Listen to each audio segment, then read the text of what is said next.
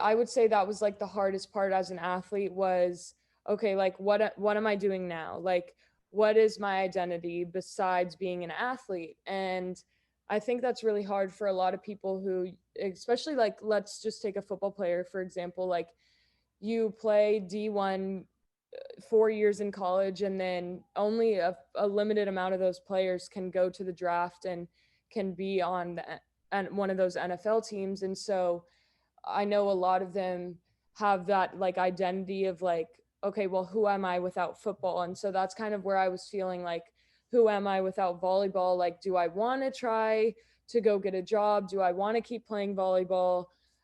Because at this point, we're having double days. And so my body is just like, decomposing literally as the days go on. And that's a long season. 8 to 10 months is a long time to be putting your body through that. And so I was like, you know what? Well, why don't I really take this time right now, like end of November through December, to just really think about what I wanted to do and start doing things for myself.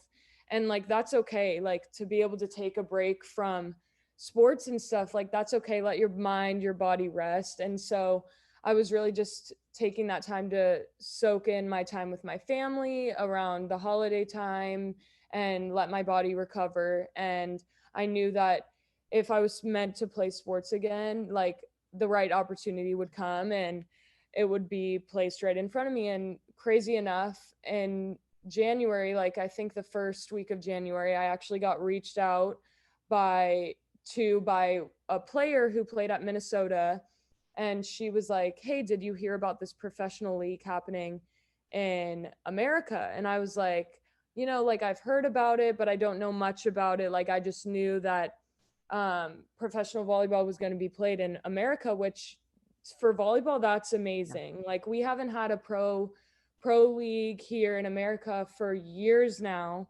And because we just, the money and like it really sticking as a league has been really hard. And so there's always been leagues that would start, but then they'd end up fizzling off a couple years later. And so she asked me if I wanted to be a part of that. And at this point, I had that month and a half to really like reset and like figure out what I wanted to do. And I was like, well, if I'm getting this opportunity to do something so cool and amazing and help the sport of volleyball grow and become in America, like I want to take this opportunity. And so I ended up doing that. And so I'm currently in Dallas, Texas. I have an injury, so I can't play the rest of season, which that's like a whole nother thing, is dealing with injuries as an athlete. But um yeah, so I'm here right now. The season is 5 weeks long and you play 3 games. You play Saturday, Sunday, Monday. So it's pretty intense because, I haven't played matches like a 3 day Mhm. back-to-back games since like high school, where you're having those like club tournaments.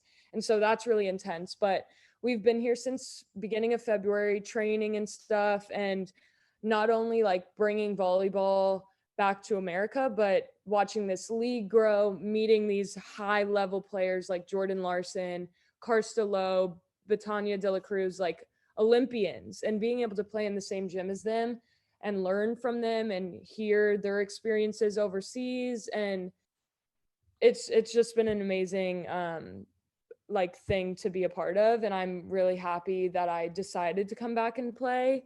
But yeah, that's kind of my journey and where I'm at now.